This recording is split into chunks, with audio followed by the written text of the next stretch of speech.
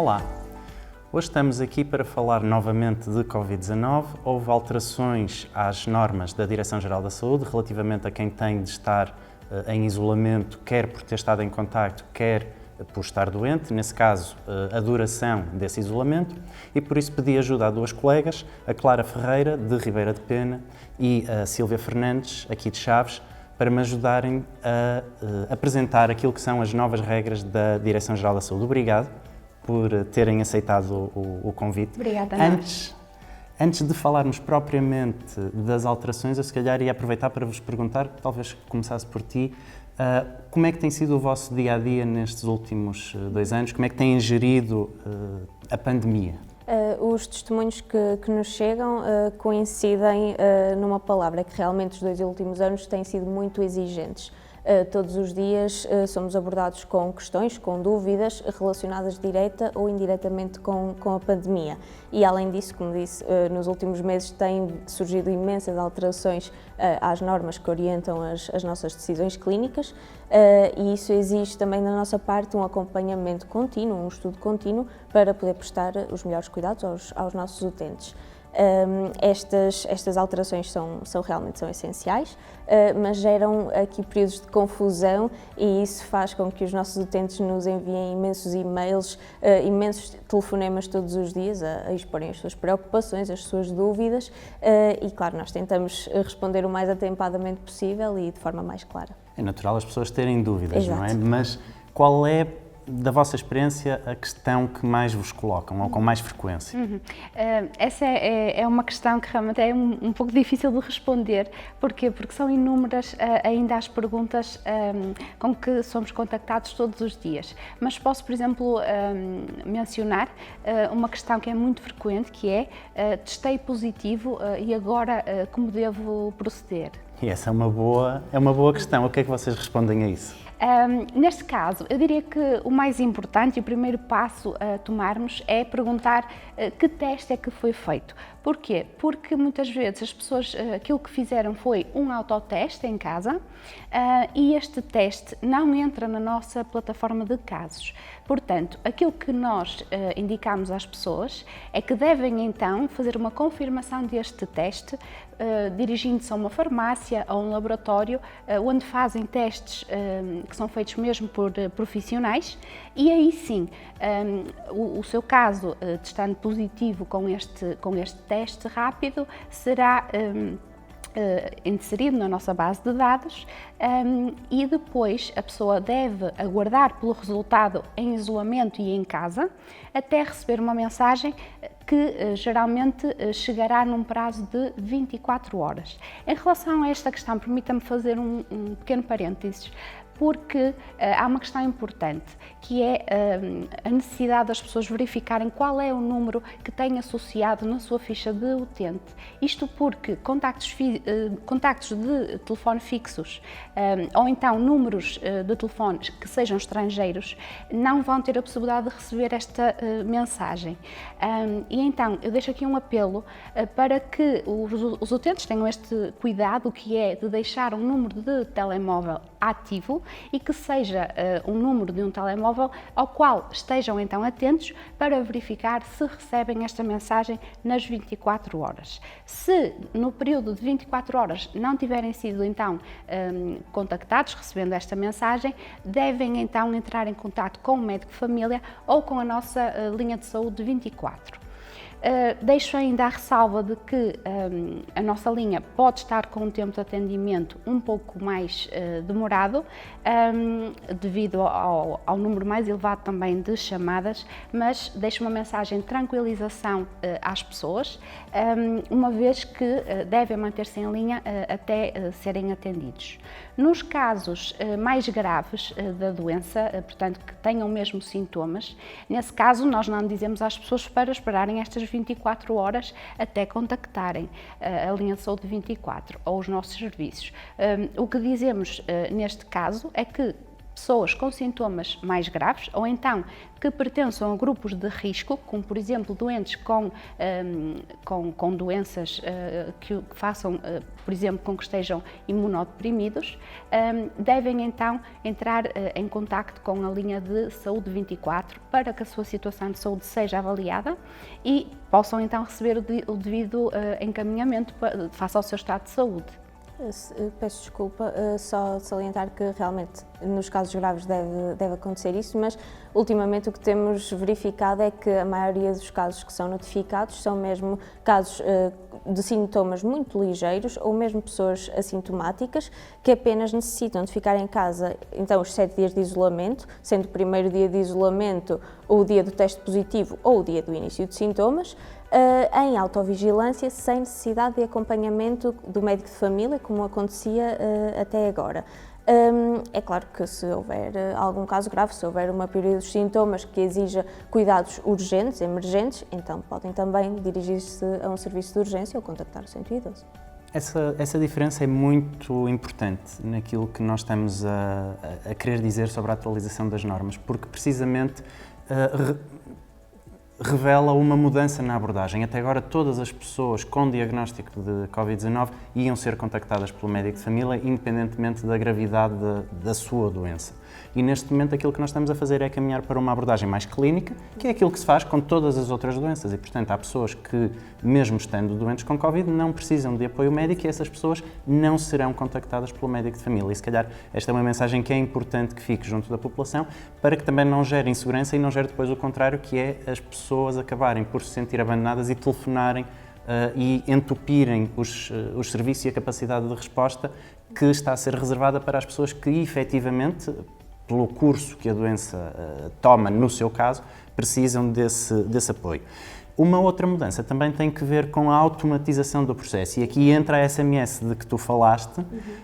Portanto, o que é que contém essa SMS, não é? E para que é que ela serve concretamente? Essa SMS, a mensagem é muito importante porque nela vem um link.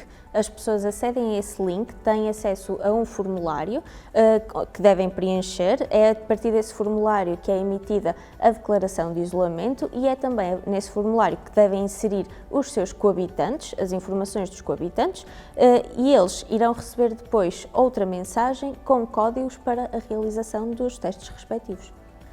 Isso também é uma questão importante. A importância de responder ao formulário de apoio ao inquérito epidemiológico para poder receber a declaração de isolamento.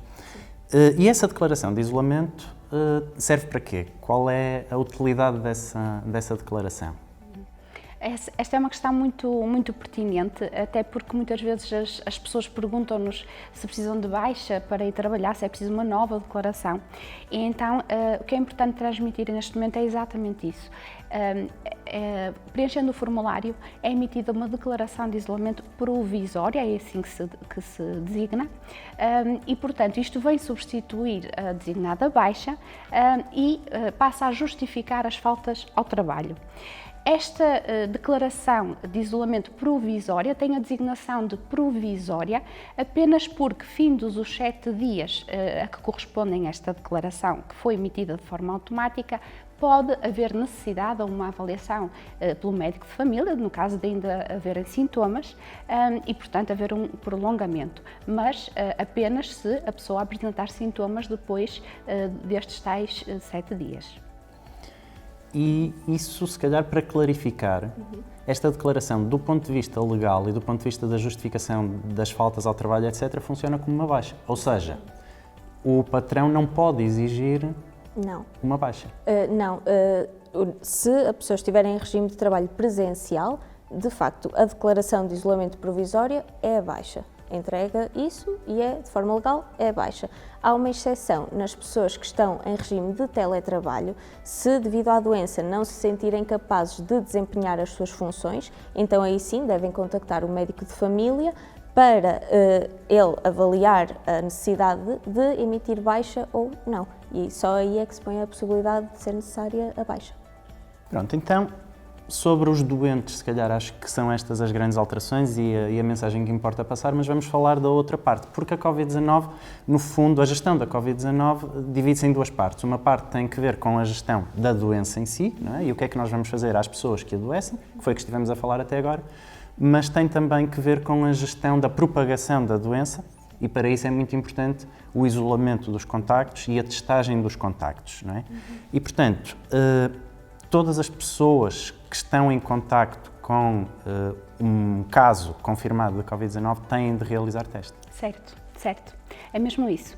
Ou seja, todas as pessoas que estiveram em contacto com uma pessoa que testou positivo para a Covid-19 devem fazer, aliás, têm que fazer mesmo um teste rápido, sejam elas de baixo risco ou de alto risco, todas têm de fazer um teste rápido.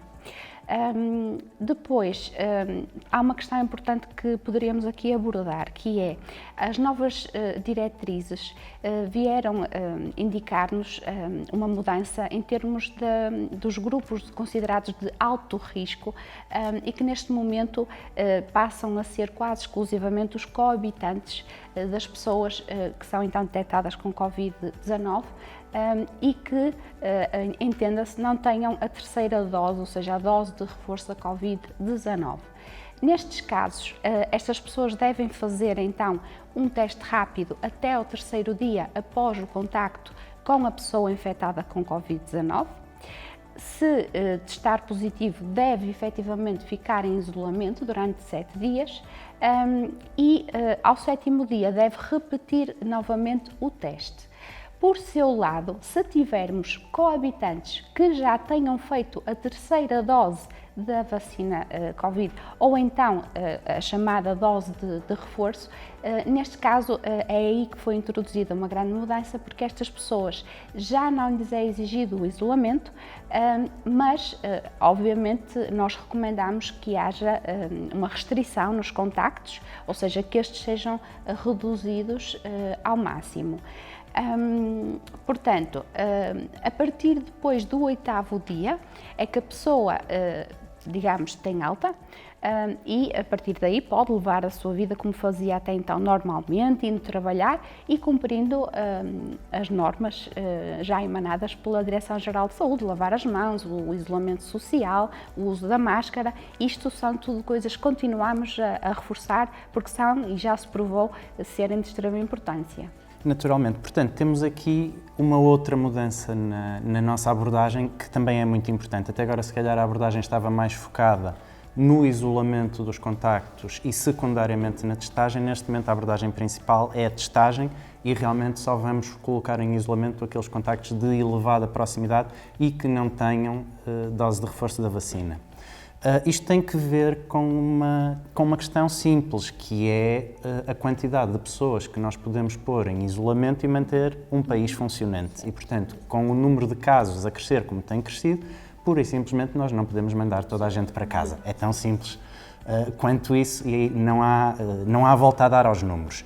A boa notícia é que esse aumento do número de casos não se está a traduzir num aumento concomitante de internamentos em cuidados intensivos e de mortalidade. E isso é uma boa notícia e é provavelmente a maior prova que nós temos de que as vacinas funcionam. Dito isto, se calhar, acho que valia a pena esmiuçar um bocadinho mais, porque tu falaste sobre os isolamentos, 7 dias de isolamento, quem é que fica, quem é que não fica. E se calhar a primeira pergunta, não sei qual de vocês vai preferir responder a isto, mas a primeira pergunta é: quando é que calha o primeiro dia? Certo.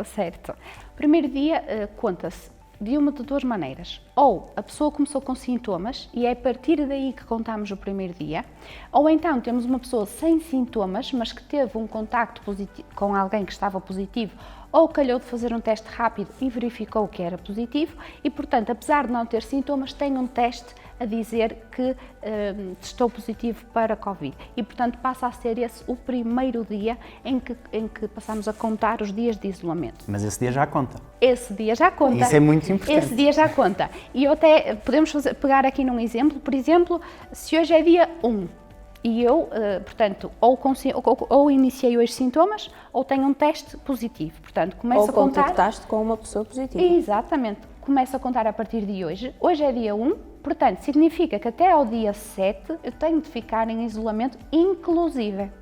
E ao 8º dia, como eu falei há pouco, o 8º dia é o dia em que eu já posso ir trabalhar ou sair de casa, pronto, ou sair do isolamento, não é? Portanto, do dia 1 ao dia 7, sendo que o dia 1 já conta, o dia em que eu tenho sintomas ou que teste positivo ou que tive o contacto com a pessoa com Covid, já conta, e contamos 7 dias daí, que são 7 dias de isolamento. Só no 8º é que podemos dar fim ao isolamento e, portanto, ir trabalhar ou continuar tomar a vida normal, exatamente. Há uma exceção a isto. Vocês podem recomendar que uma pessoa fique 10 dias em casa, certo? Exatamente. Se o médico de família achar que ainda tem sintomas, se houver necessidade de aumentar o isolamento, então pode efetivamente prolongar. Mas ainda na questão dos contactos e dos 7 dias, às vezes pode acontecer termos de acumular mais 7 dias. Vamos também esmiuçar um bocadinho isso. Portanto, se calhar vamos pensar aqui alguns exemplos. Vamos supor, por exemplo, uma pessoa estava positiva, não é? Tinha um teste positivo, portanto, diagnóstico de Covid, esteve em isolamento durante 7 dias, tem filhos, os filhos tiveram de ficar em isolamento porque não tinham a dose de reforço da vacina. E vamos supor que um dos filhos testa positivo ao 7º dia do seu isolamento e do isolamento também do pai ou da mãe que estavam doentes. O pai ou a mãe vão ter de fazer mais 7 dias de isolamento? Não. Então, a mãe testou positivo, imaginemos a mãe ou o pai testaram positivo, cumpriram os seus 7 dias. Ao 7º dia, o filho fica positivo. Os pais já estão livres, digamos assim, já não precisam de fazer novo isolamento. Durante 180 dias. Exatamente. Mas podem acompanhar o filho que está positivo, podem estar em contacto com ele, mas sem necessitarem de fazerem eles próprios mais 7 dias de isolamento. E nesse caso vão precisar de faltar ao trabalho e justificar, mas já não é uma justificação nem emitida pelo SNS 24, nem pelo médico de família. O que é? É um formulário da Segurança Social para assistência a filho em isolamento profilático, que esse formulário deve ser anexado à declaração de isolamento da criança e assim podem justificar a falta ao trabalho. Isto é válido para pais que tenham que ficar a tomar conta dos filhos, mas também para avós. E se for ao contrário?